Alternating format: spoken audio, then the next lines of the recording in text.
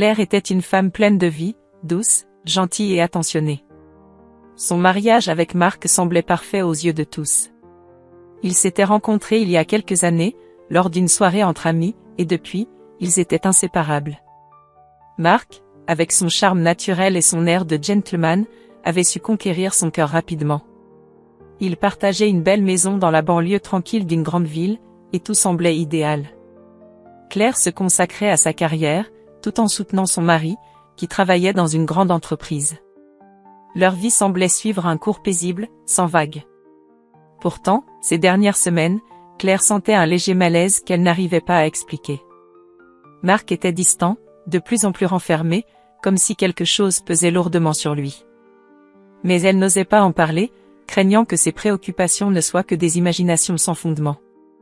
Un matin, Marc lui annonça qu'il avait réservé une escapade surprise, un voyage dans un endroit secret pour leur anniversaire de mariage. Claire, bien que surprise par la décision soudaine, était ravie. Ils n'étaient jamais partis seuls ensemble depuis un certain temps, et elle espérait que ce voyage raviverait la flamme de leur relation. Marc lui expliqua que ce voyage serait un moyen de se reconnecter, de prendre du temps pour eux-mêmes, loin des préoccupations quotidiennes. Claire accepta avec enthousiasme, oubliant un instant ses inquiétudes naissantes. Elle pensait que ce serait l'occasion parfaite de passer du temps ensemble et de retrouver la complicité qu'ils avaient perdue. Le matin du départ, Marc la conduisit à l'aéroport sans lui donner trop de détails sur la destination. « C'est une surprise », lui dit-il avec un sourire énigmatique, ce qui ne fit qu'accroître l'excitation de Claire. Elle le suivait sans poser de questions, confiante et pleine d'espoir, prête à se détendre et à profiter de ce moment. Ils prirent un vol en direction d'une petite ville isolée, loin de l'agitation de la vie urbaine. Claire était impatiente de découvrir ce lieu mystérieux et de passer du temps de qualité avec son mari. Lorsqu'ils arrivèrent à destination, ils prirent un taxi qui les mena à un hôtel en périphérie, un endroit retiré, entouré de collines verdoyantes et de forêts. Le cadre était idyllique, et Claire se laissa emporter par l'ambiance paisible. Marc, quant à lui, semblait un peu nerveux, mais il le dissimulait bien derrière son sourire habituel. Ils s'installèrent dans une chambre d'hôtel spacieuse, décorée dans un style simple mais élégant. Le paysage qui s'étendait à l'extérieur de la fenêtre était à couper le souffle, mais quelque chose dans l'air semblait légèrement étrange, une tension invisible qui flottait entre eux. Marc insista pour que Claire prenne un peu de temps pour elle, lui suggérant qu'elle se repose un peu avant qu'ils ne sortent dîner. « Je vais m'occuper de tout ici, tu peux t'allonger et te détendre », lui dit-il, en lui offrant un sourire rassurant. Claire, épuisée par la semaine de travail, se laissa convaincre et s'allongea sur le lit, fermant les yeux et se laissant bercer par la douceur de l'air frais qui pénétrait par la fenêtre ouverte. Elle n'avait aucune idée que ce moment de tranquillité allait se transformer en un véritable cauchemar. Alors qu'elle sombrait doucement dans le sommeil, Marc se leva silencieusement et se dirigea vers ses affaires. Il commença à les prendre, à les empiler, sans faire de bruit, comme s'il était déterminé à ne laisser aucune trace de ce qu'il était en train de faire. Il emporta tout, ses vêtements, son portefeuille, son téléphone. Tout ce qui appartenait à Claire et qui pourrait l'aider à survivre dans cette situation. Quand il eut terminé, il envoya un texto cruel à Claire, son visage marqué par une satisfaction glacée. Le message qu'il écrivit était le suivant: « Maintenant tu es seul, sans vêtements et sans arge, tu es sale, MDR. » Marc s'assura ensuite de verrouiller la porte et de quitter la chambre sans faire de bruit, un dernier regard jeté à son épouse endormie, inconsciente de ce qui se passait. Il s'éloigna de l'hôtel sans retour possible, laissant Claire seule, sans ressources, dans un endroit isolé, à des kilomètres de chez elle, sans comprendre ce qui venait de se passer. Claire se réveilla quelques heures plus tard, groggy et confuse. Elle se leva, se frotta les yeux et se rendit compte qu'il faisait déjà sombre. Mais alors, en se dirigeant vers le bureau où elle avait posé ses affaires, elle constata que tout avait disparu. Son cœur se serra dans sa poitrine. Elle pensa d'abord qu'elle avait peut-être rêvé, mais en réalisant que son téléphone et son argent avaient disparu, une peur indescriptible envahit son esprit. Elle saisit son téléphone portable et lut le message que Marc lui avait envoyé. Le choc fut total. Son esprit n'arrivait pas à saisir l'ampleur de la trahison. Elle se retrouva seule, vulnérable et humiliée, sans savoir ce qu'elle allait faire. Tout ce qu'elle croyait savoir sur son mari venait de s'effondrer en un instant. Claire se leva lentement, encore sous le choc de ce qu'elle venait de découvrir. Elle avait du mal à comprendre ce qui venait de se passer, son esprit tournant en rond alors qu'elle observait la chambre vide autour d'elle. Marc, son mari, son compagnon de vie, l'avait laissée seule, sans un mot, sans aucune explication. Tout était devenu flou, les souvenirs heureux qu'ils avaient partagés se transformaient en un lointain mirage. La réalité, cruelle et froide, frappait maintenant à sa porte. Elle chercha instinctivement son téléphone, pensant que cela pouvait l'aider à comprendre ce qui s'était réellement passé. Mais en le voyant, elle sentit une boule se former dans sa gorge. Le message qu'elle avait reçu quelques instants plus tôt ne pouvait être que la première phase d'une manipulation de plus en plus macabre. Claire se laissa tomber sur le bord du lit, ses mains tremblant alors qu'elle relisait encore et encore ces mots, « Maintenant tu es seule, sans vêtements et sans arge, tu es sale, MDR. » Son cœur se serra en pensant à ce qu'ils avaient partagé jusque-là. Comment pouvait-il en arriver là, à la traiter de la sorte, à la laisser sans rien dans un endroit si lointain, sans aucun moyen de contact, sans la moindre explication? Le temps sembla suspendu. Claire se leva, le regard vide, se dirigea lentement vers la fenêtre, mais ne voyait rien d'autre que des montagnes et des forêts sombres à perte de vue. Il n'y avait rien d'autre. Rien, sauf un sentiment de trahison et de solitude insurmontable. Elle s'appuya contre le mur, la respiration coupée, essayant de retrouver son calme. Les mots de Marc résonnaient dans sa tête, l'écho de sa cruauté s'imprimant profondément dans son esprit. Elle comprenait à présent que ce n'était pas juste une dispute ou une incompréhension, mais un acte prémédité, calculé. Marc l'avait poussée dans ce coin sans issue, espérant qu'elle soit incapable de se défendre. Les minutes passaient et l'angoisse montait. Claire regarda autour d'elle. Elle était seule dans une chambre d'hôtel qui, quelques heures plus tôt, semblait être un refuge. Maintenant, c'était une cage. Elle fouilla dans les tiroirs de la chambre, cherchant désespérément un indice, un numéro de téléphone, quelque chose qui pourrait l'aider. Mais il n'y avait rien. Marc avait tout pris. Il avait tout emporté, même les choses les plus petites et les plus personnelles, son portefeuille, son téléphone, ses clés. Tout avait disparu. Elle se retrouva complètement démunie, sans le moindre moyen de communication, dans un endroit où elle ne connaissait personne. Le vide qu'elle ressentait était total, et la panique commença à se faire sentir dans ses entrailles. Claire essaya de se reprendre. Elle savait qu'elle ne pouvait pas se laisser aller. Pas maintenant.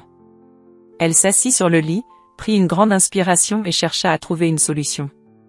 Elle se rappela alors qu'elle avait, dans son sac à main, une carte de crédit. Si elle pouvait l'utiliser, peut-être pourrait-elle au moins appeler un taxi et rentrer chez elle. Mais en ouvrant son sac, elle découvrit avec horreur que cette carte avait également disparu. Marc l'avait prise, tout comme il avait pris chaque objet qui aurait pu lui être utile.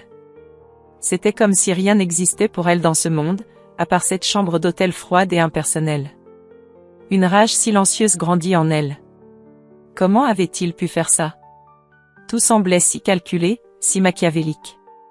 Marc ne l'avait pas simplement laissée là comme on abandonne un chien errant, il l'avait humiliée de la manière la plus totale. Il l'avait réduite à rien, à une simple ombre de ce qu'elle avait été. Cette pensée la fit se lever brusquement. Non, elle ne pouvait pas rester là, figée dans l'humiliation. Elle devait réagir, sortir de ce piège. Elle chercha autour d'elle, examinant chaque coin de la pièce, jusqu'à ce qu'elle remarque un petit détail qu'elle n'avait pas vu plus tôt, une brochure de l'hôtel, avec un numéro de téléphone d'urgence inscrit dessus. Le cœur battant, Claire attrapa la brochure et composa le numéro. Une voix féminine répondit au bout du fil, calme et professionnelle. Claire, d'une voix tremblante, expliqua sa situation, mais la réceptionniste sembla hésiter un instant avant de lui répondre. « Madame, je suis désolée, mais il n'y a rien que nous puissions faire. Vous devez contacter votre mari pour obtenir de l'aide. » Claire serra les dents. Marc avait tout organisé pour que personne ne l'aide, pour qu'elle soit complètement seule. Il l'avait piégée, et le pire dans tout cela, c'était qu'il se sentait supérieur, se moquant d'elle depuis l'autre côté de son écran. Dans un dernier élan de rage et de détermination, Claire se jura qu'elle ne resterait pas là, à la merci de Marc. Elle allait se relever, se reconstruire. Peu importe ce qu'il avait planifié, peu importe combien de temps cela prendrait. Elle allait le faire. Et cette fois, c'était elle qui déciderait de la suite de l'histoire. Le lendemain matin, Claire se réveilla avec une nouvelle détermination. La rage, la douleur et l'humiliation de la veille s'étaient transformées en un feu intérieur qu'elle n'avait jamais ressenti auparavant.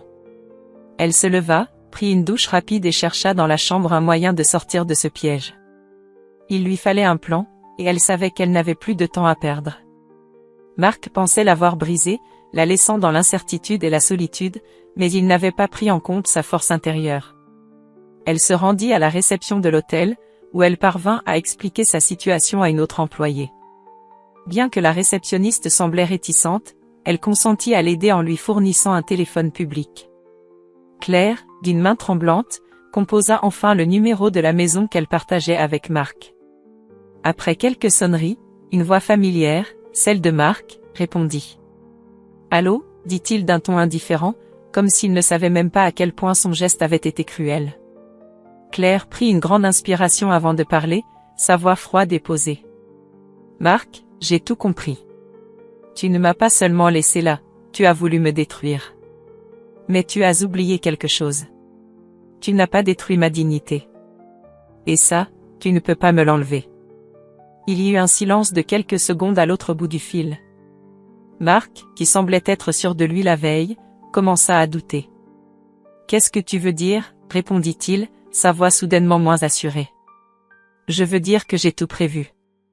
J'ai tout pris, Marc. Chaque décision que tu as prise, chaque mouvement que tu as fait, je l'ai anticipé. Tu pensais que tu me mettais au fond du gouffre, mais c'est toi qui viens de te creuser ta propre tombe. » Claire sentit sa propre voix se renforcer à chaque mot.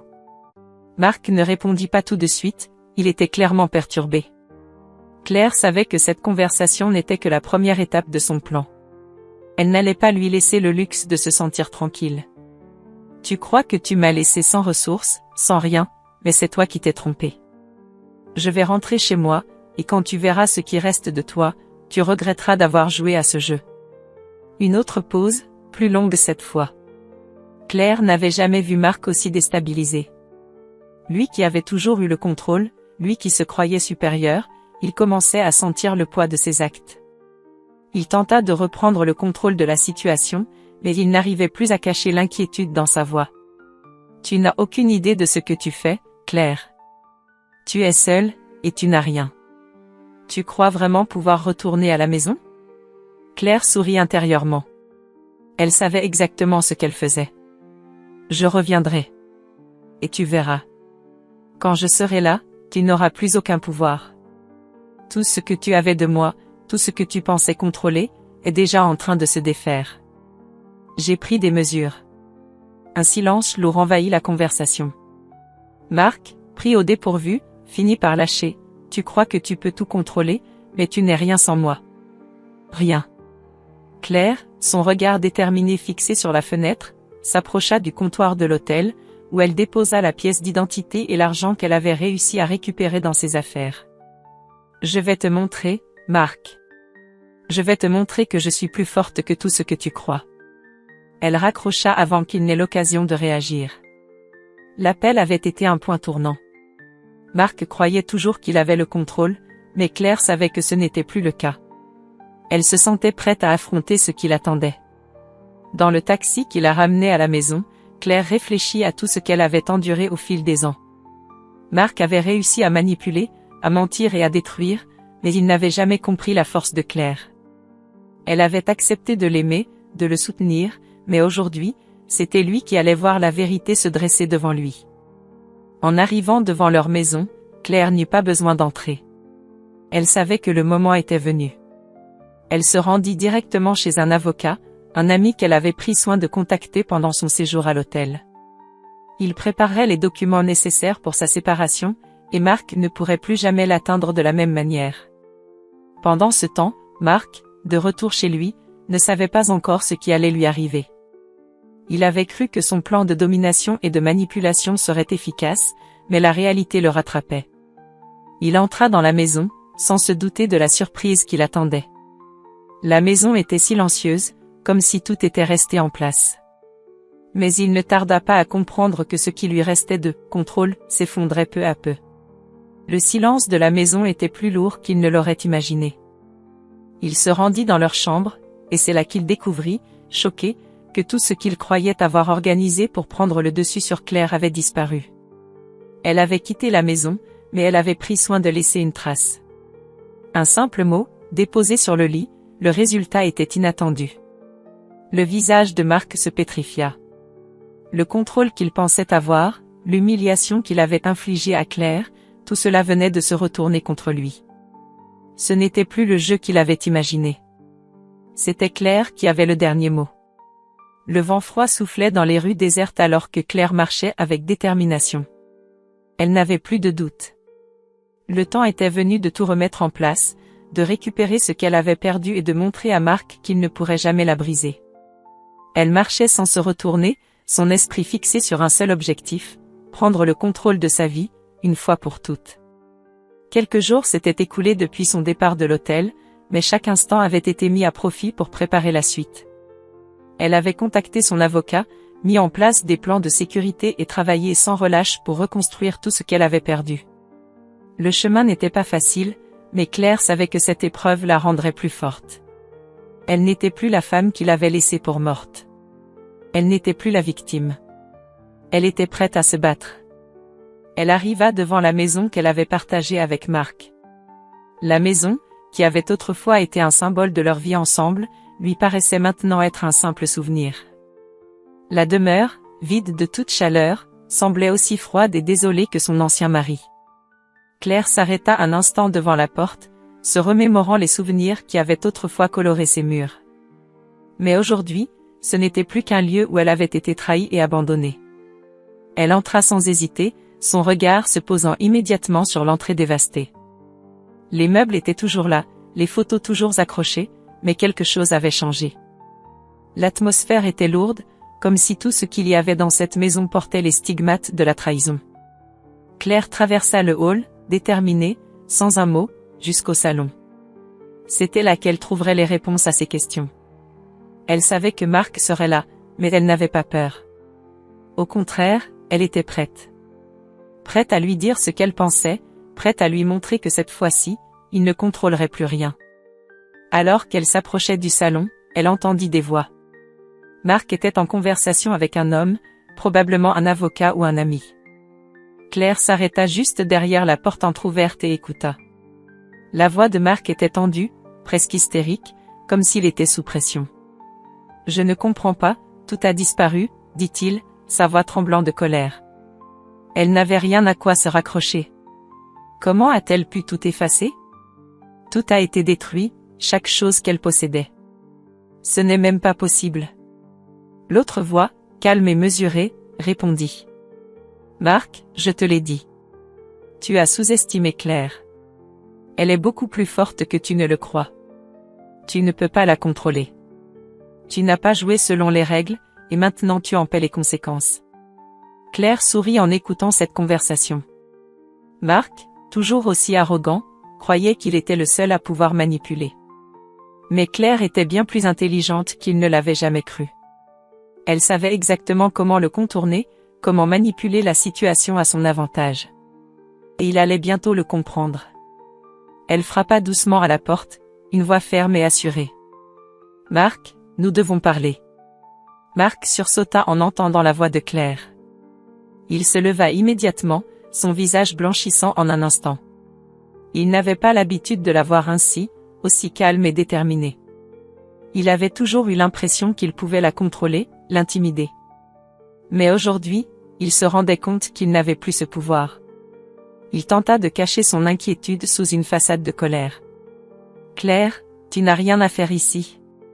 Sors d'ici immédiatement. » Claire resta immobile, le regard fixe. « Tu crois vraiment que je vais partir? Après tout ce que tu m'as fait? Non, Marc. Ce n'est pas comme ça que ça va se passer. » Marc se précipita vers elle, ses yeux brûlants de rage, mais Claire ne bougea pas d'un pouce. Elle savait qu'il était en train de perdre le contrôle. Et c'était exactement ce qu'elle voulait. Elle n'avait pas besoin de crier, ni de se battre. Elle avait déjà gagné. Il suffisait de lui montrer. Elle s'avança lentement vers lui, ses pas mesurés, ses yeux ne quittant pas les siens. Tu m'as laissé sans rien. Tu m'as humilié. Mais regarde-toi maintenant. Regarde ce que tu es devenu. Ce n'est pas moi qui suis détruite, c'est toi. Parce que tout ce que tu croyais avoir, tout ce que tu pensais être à toi, tout ça est en train de s'effondrer. Marc recula, comme si chaque mot de Claire lui donnait un coup dans le ventre. Tu n'as rien compris, Claire. C'est toi qui vas perdre. Tu n'as rien sans moi. Claire secoua la tête. Non, Marc. C'est toi qui as perdu tout ce que tu avais. J'ai pris soin de toi pendant des années, mais tu m'as trahi. Aujourd'hui, c'est toi qui pleures. Et ça, c'est la vraie revanche. Marc se laissa tomber sur le canapé, son visage marqué par la défaite. Il savait que Claire avait raison. Elle n'avait pas seulement récupéré ce qu'il lui avait pris, elle l'avait détruit psychologiquement. Il n'y avait plus rien pour lui, plus de contrôle, plus de pouvoir. Claire le regarda un dernier instant, son cœur battant à la fois de soulagement et de colère. Adieu, Marc. Je te laisse à ta vie de mensonges et de manipulation. Moi, je vais de l'avant. Elle tourna les talons et se dirigea vers la porte, sans un regard en arrière. Marc, désormais seul dans sa maison vide, sentit la lourde pression de la vérité s'abattre sur lui. Ce qu'il avait cru être une victoire n'était en réalité qu'une défaite. Et Claire, elle, venait de prendre le contrôle. La pluie tombait dru dehors, comme si le ciel lui-même pleurait sur la situation. Claire était assise dans le café, le regard plongé dans un livre qu'elle ne lisait plus. Son esprit était ailleurs, dans un endroit plus paisible, plus lumineux. Elle pensait à l'avenir, à sa nouvelle vie, à la manière dont elle allait reconstruire tout ce qu'elle avait perdu. Mais la vérité, aussi dure soit-elle, ne cessait de la hanter. Marc, son mari, n'était pas simplement un homme qu'elle avait quitté. Non, il représentait une période de sa vie marquée par la douleur, l'humiliation et les épreuves.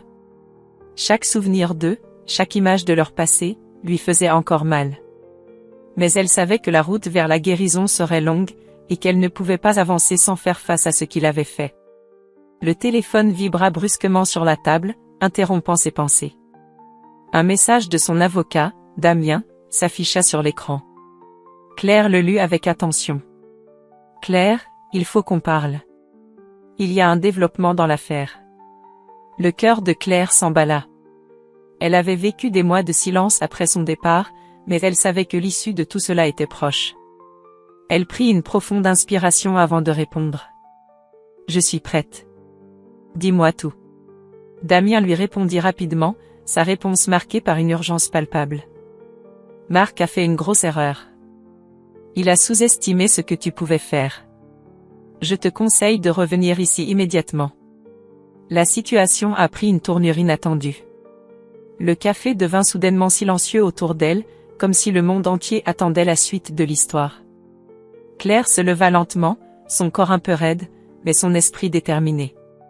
Elle savait qu'elle était sur le point de franchir une nouvelle étape dans sa vie, celle où la vengeance et la réparation se rencontreraient enfin. Elle enfila son manteau et sortit précipitamment, le bruit des gouttes de pluie battant contre les pavés résonnant dans son esprit. En arrivant au bureau de Damien, l'atmosphère était tendue. Il l'attendait dans un bureau exigu, un air grave sur le visage. Dès qu'elle entra, il la fit asseoir et s'assura qu'ils étaient seuls. « Claire, je te préviens, ce qui suit est difficile à entendre. Marc a commis une erreur monumentale. Il a vendu la maison en ton nom, sans te prévenir. Il a signé des documents en prétendant être toi. Il a vendu tout ce que vous aviez construit ensemble, pensant que ça le mettrait à l'abri. Mais il ne savait pas qu'il avait agi dans l'illégalité. Et maintenant, il est dans une situation juridique très délicate. » Les mots de Damien frappèrent Claire comme un coup de poing. Elle n'arrivait pas à croire ce qu'elle entendait. Marc, cet homme qui l'avait trahi, qui l'avait laissé dans la rue sans un sou, venait de commettre une erreur irréparable. Mais au fond, Claire savait que ce n'était pas une simple erreur. C'était la conséquence de sa propre arrogance, de son besoin de tout contrôler, de tout détruire autour de lui pour sauver son ego. « Je veux qu'il paye pour ce qu'il m'a fait, » dit Claire, la voix ferme. « Je veux qu'il ressente la douleur que j'ai ressentie. Il doit comprendre qu'il ne peut pas continuer à manipuler les gens sans en payer le prix. Damien acquiesça. C'est exactement ce que nous allons faire. Il pensait que tout serait facile pour lui, qu'il pourrait s'en sortir avec son attitude. Mais il va comprendre que la justice rattrape toujours ceux qui croient pouvoir échapper à leurs actes. Claire passa les jours suivants à suivre les conseils de son avocat, à réunir les preuves, à reconstituer chaque détail des événements. Elle savait que le moment venu, Marc serait confronté à une réalité bien plus dure que ce qu'il avait imaginé. Mais ce n'était pas tout. Claire, armée de ses connaissances et de sa détermination, décida qu'elle ne se contenterait pas de le voir sombrer dans le déshonneur. Elle allait lui montrer que sa vie ne serait plus jamais la même. Que tout ce qu'il avait pris de force, tout ce qu'il avait cru lui appartenir, lui échapperait désormais. Lors de l'audience finale, Marc arriva en courant, son visage marqué par le stress et l'angoisse. Il savait que son monde allait s'effondrer. Claire, quant à elle, était calme, presque sereine. Elle savait que cette journée était cruciale, mais elle n'avait plus peur. Elle n'était plus cette femme vulnérable qu'il avait manipulée. Elle était prête à tout pour que justice soit faite. Les avocats échangèrent leurs arguments, mais c'était Claire qui, à la fin, prononça les mots les plus dévastateurs. « Je ne veux pas seulement de l'argent. Je veux que Marc réalise qu'il a tout détruit. Il a détruit une femme, une famille, une vie. Il a voulu me laisser sans rien, mais c'est lui qui se retrouve aujourd'hui sans tout ce qu'il pensait posséder. » Les mots de Claire résonnèrent dans la salle d'audience comme un coup de tonnerre. Marc, qui jusque-là semblait presque assuré de sa victoire, se sentit tout à coup pris au piège. Il tenta de nier, de se défendre, mais chaque argument qu'il avançait semblait tomber à plat. L'issue de l'affaire était inévitable. Claire avait remporté sa victoire, non seulement sur le plan juridique, mais aussi sur le plan personnel. Lorsqu'elle sortit de la salle, une vague de soulagement l'envahit. Elle avait remporté sa bataille. Ce n'était pas simplement une question d'argent ou de biens matériels. Ce qu'elle venait de gagner était bien plus précieux, sa liberté. Elle était enfin libre de l'emprise de Marc, libre de commencer une nouvelle vie, libre de choisir sa propre voie sans avoir à regarder en arrière. Marc, lui, quitta la salle avec les yeux pleins de honte et de colère. Il savait que sa vie venait de basculer. Tout ce qu'il croyait avoir était en train de s'effondrer autour de lui. Et ce qui était encore plus dévastateur, c'était le regard de Claire lorsqu'elle lui tourna le dos, l'abandonnant dans la poussière de ses erreurs. La pluie ne cessait de tomber, mais Claire marchait sous ses gouttes comme si elle était protégée par un bouclier invisible. Son sourire était discret, mais il était là. Elle savait que le plus grand triomphe de tout n'était pas la victoire sur Marc, mais la victoire sur elle-même. Elle avait pris le contrôle de sa vie, et rien ni personne ne pourrait jamais l'en priver. Si vous avez suivi jusqu'ici, abonnez-vous à la chaîne pour plus d'histoires émouvantes et captivantes comme celle-ci.